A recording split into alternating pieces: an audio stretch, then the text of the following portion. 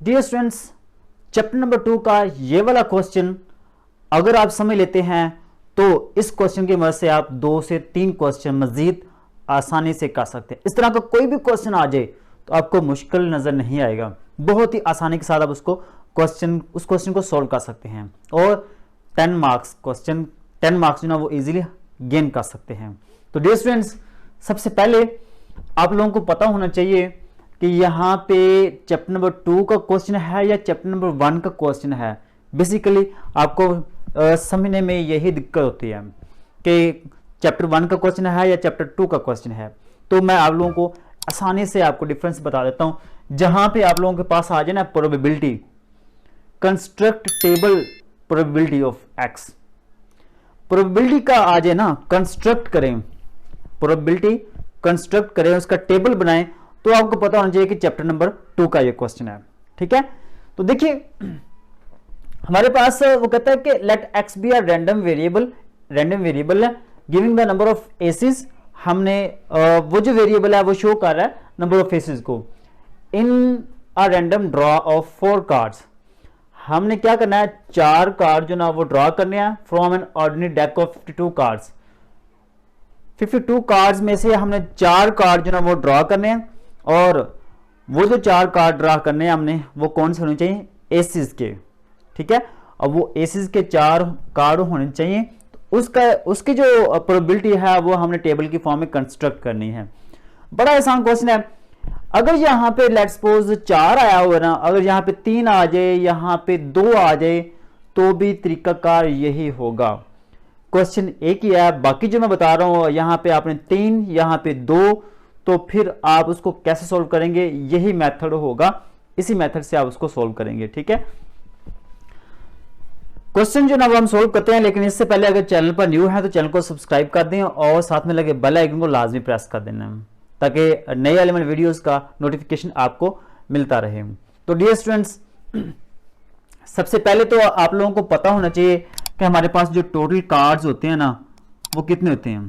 Total जो ना वो हमारे पास 52 होते हैं, उसमें जो एसिस होते हैं वो हमारे पास 4 होते हैं, तो बाकी कितने रह जाएंगे, 48। ये कैलकुलेशन याद रखनी है आप लोगों ने और ये मुश्किल नहीं है। ठीक है, अब हमने 4 कार्ड जो ना वो एसिस के ड्रॉ करने हैं ना, तो लेट्स सपोज पहला कार्ड हमने ड्रॉ किया वो तो नॉन एसिस का, उसकी प्रोबेबिलिटी क्या होगी। ठीक है, नॉन एसिस की कि जो कार्ड हमने ड्रॉ किया लेट्स सपोज कि वो एस का ना हो, तो फिर उसकी प्रोबेबिलिटी क्या होगी। फिर x equal to 1, x equal to 2, x equal to 3, x equal to 4। यहाँ पे 4 है तो यहाँ पे आप 4 तक जाएंगे, यहाँ पे 3 है तो यहाँ पे 3 तक जाएंगे, अगर यहाँ पे 2 आ जाए तो यहाँ पे 2 तक जाएंगे। तरीकाकार यही होगा। ठीक है, अब इसको समझने कि आपने ये फार्मूला कैसे अप्लाई करना है। सबसे पहले आपने देखना है कि यहाँ पे 4 हैं कार्ड, तो यहाँ पे आप 4 लिखेंगे, यहाँ पे अगर 3 है तो यहाँ पे आप 3 कार्ड लिखेंगे। ओके, अच्छा, अगर यहाँ पे 3 हूं या 4 हूं तो आप लोगों को पता होना चाहिए कि ये एसिस है ना, एसिस के अलावा बाकी कितने कार्ड रह जाएंगे, 48। वो मैं यहाँ पे आपको बता दिया है। टोटल 52 है, उसमें से एसिस के 4 हैं, उसमें से निकाल देंगे तो 48 बच जाएंगे। ये एसिस के लिए और ये नॉन एसिस के लिए, अपने दोनों के निकालना। ठीक है, दोनों का यहाँ पे लिखना है, क्योंकि हमने x इक्वल टू 0 है, मतलब कि वो कार्ड जिसमें एस ना हो। पहला कार्ड हमने निकाला लेट्स सपोज कि वो उसमें एस ना हो, तो उसकी प्रोबेबिलिटी क्या होगी। पहला कार्ड निकाला, उसमें पहला कार्ड जो होगा वो क्या होगा, वो एस का हो, बाकी 3 जो ना वो एसिस के ना हो। दूसरी जो पॉसिबिलिटी वो ये है कि अगर हम कार्ड निकालें तो 2 जो ना वो एसिस के हों, 2 जो ना वो एसिस के ना हो। ऐसा भी हो सकता है कि 3 जो ना वो एसिस के हों, 1 जो ना वो एसिस का ना हो। बिल्कुल ऐसे भी हो सकता है कि चारों एसिस के हों और विदाउट एसिस कोई भी ना हो। तो आप उसको कैसे सोल्व करेंगे, तो यही तरीका अगर आप लोगों ने याद रखना है, इसको माइंड में याद रख लें। अगर यहाँ पे 4 है तो यहाँ पे जहां पे 4 लिखा हो यहाँ पे 4 लिखेंगे, अगर यहाँ पे 3 आ जाए तो यहाँ पे आपने 3 लिखना है, अगर यहाँ पे 2 आ जाए तो यहाँ पे आपने 2 लिख लेना है। ठीक है, अच्छा, यहाँ पे 48 ही आएगा अगर एसिस की बात करें तो, क्योंकि एसिस हमारे पास चाहे यहाँ पे 3 निकालें, 2 निकालें, 4 निकालें, एसिस के अलावा जो बाकी बचेंगे वो हमारे पास 48 ही होंगे। अब यहाँ पे आपने नीचे लिखना 52 टोटल है और 4 हमने एसिस के निकालने हैं 52 में से, ठीक है। ये फार्मूला था। अब इसको आपने सोल्व कैसे करना है वो आपने ध्यान से सुनना है, केयरफुली।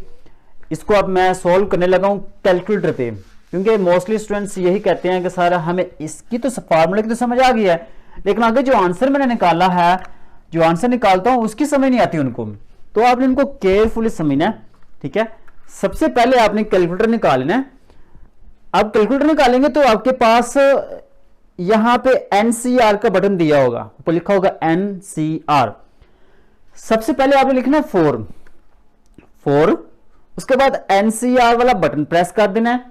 फिर उसके बाद आगे लिखा हुआ 0, तो आप लिख लेंगे 0, लिख लिया। उसके बाद इक्वल का बटन प्रेस करिए, देखिए 1 आ गया, तो यहां पे मैं लिखूंगा 1 मल्टीप्लाई। अब इसको लिखना आपने, पहले आप लिखेंगे 48, फिर आप एनसीआर वाला बटन प्रेस करेंगे, फिर उसके बाद आप लिखेंगे 4, तो ये लिखा गया 48C4, 48C4, बिल्कुल ऐसे लिखना आपने। फिर इक्वल का साइन, तो यहां पे आ जाएगा 1,94,580। अब उसके बाद इसको भी आपने ऐसे करना है 52, उसके बाद C4, तो ये आ जाएगा 2,70,725। लें जी, अब इसको आगे कैंसिल करना है तो कैंसिल कर लें, क्योंकि होता है कैंसिल, ये 5 पे कैंसिल होता है, तो आपने 5 पे कैंसिल करके, ठीक है, फिर आपने यहां पे आंसर लिखना है। मैं यहां पे डायरेक्ट वैसे लिख रहा हूं, लेकिन आप लोगों ने आपने इसको कैंसिल जरूर करना है, ठीक है। ले जी, अच्छा, उसके बाद आगे बात आती है x इज इक्वल टू 1 की, तो जहां पे 0 है वहां पे आप 1 लिख लेंगे, ठीक है। 4C1 multiply 48C4 over 52C4, just ये फर्क आएगा, बाकी सारा काम वही है, ठीक है। उम्मीद करता हूं कि यहां तक आप लोगों को समझ आ गई होगी। अच्छा, आप लोगों ने यहां पे ये मिस्टेक नहीं करनी, देखिए यहां पे मैंने 4 लिखा है, यहां पे 1 लिखा है, तो ये टोटल कितने बन रहे हैं, 5 बन रहे हैं, लेकिन यहां पे 4 है, तो फिर हमें क्या करना पड़ेगा, यहां पे हमें 3 लिखने पड़ेंगे। इसका मतलब क्या होगा, इसका मतलब ये होगा कि जो हमने 4 कार्ड निकाले हैं उसमें से एक जो ना वो एसिस का होगा, बाकी जो 3 होंगे वो विदाउट एसिस वाले होंगे, ठीक है।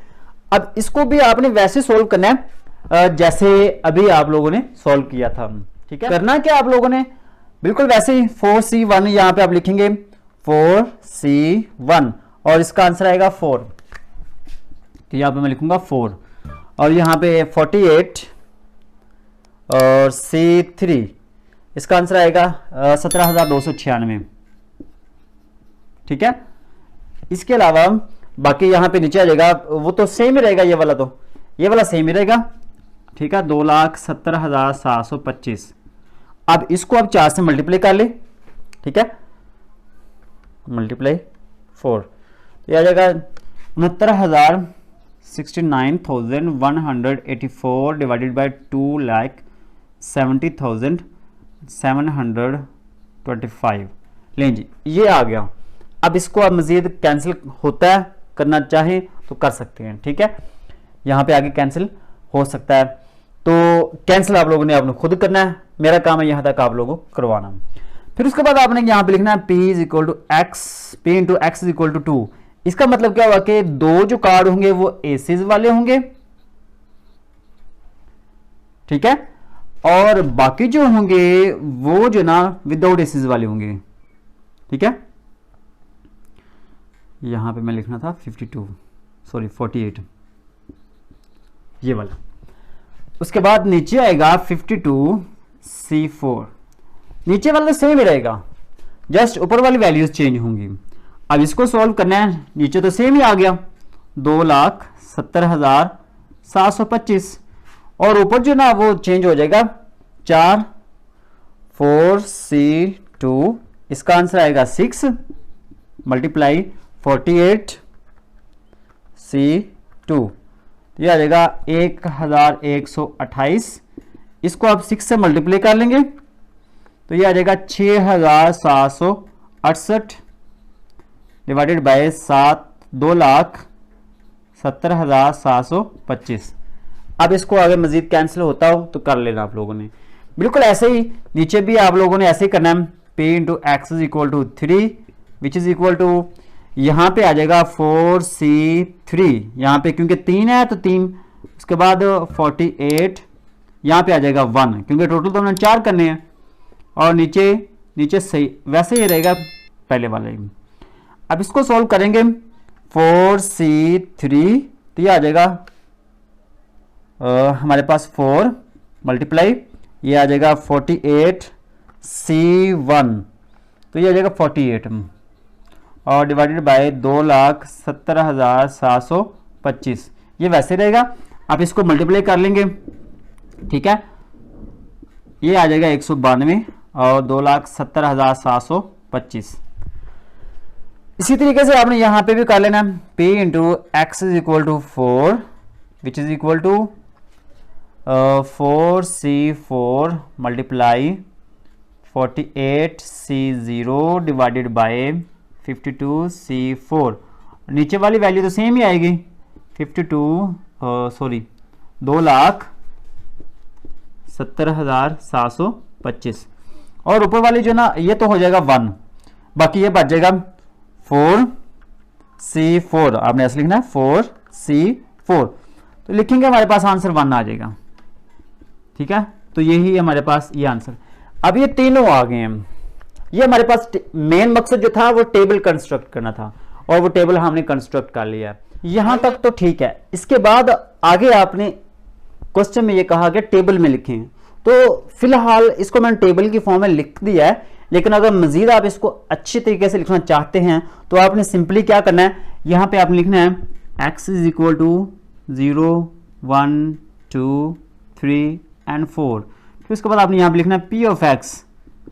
अब आपने सिंपली क्या करना है, ये जो आंसर आया था इसका 0 वाला वो आपने यहां पे लिखना है, फिर 1 वाला नीचे, फिर इसके नीचे, फिर इसके नीचे, फिर इसके नीचे, ये सारे आपने आंसर यहां पे लिख लेना है और आपने इसका एक टेबल बना लेना है, ठीक है।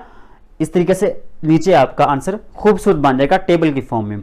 और फिलहाल ऐसे भी मैंने टेबल की फॉर्म में ही लिखा था और ऐसे भी लिख सकते हैं, लेकिन अगर मजीद खूबसूरत बनाना चाहते हैं तो आप इसको ऐसे भी लिख सकते हैं, ठीक है। आई होप कि आप लोगों को वीडियो पसंद आई होगी। अगर वीडियो पसंद आए तो वीडियो को लाइक जरूर कर देना। चैनल पर न्यू हो तो चैनल को सब्सक्राइब कर देना। मिलते हैं नेक्स्ट वीडियो के साथ, तब तक के लिए अल्लाह हाफिज।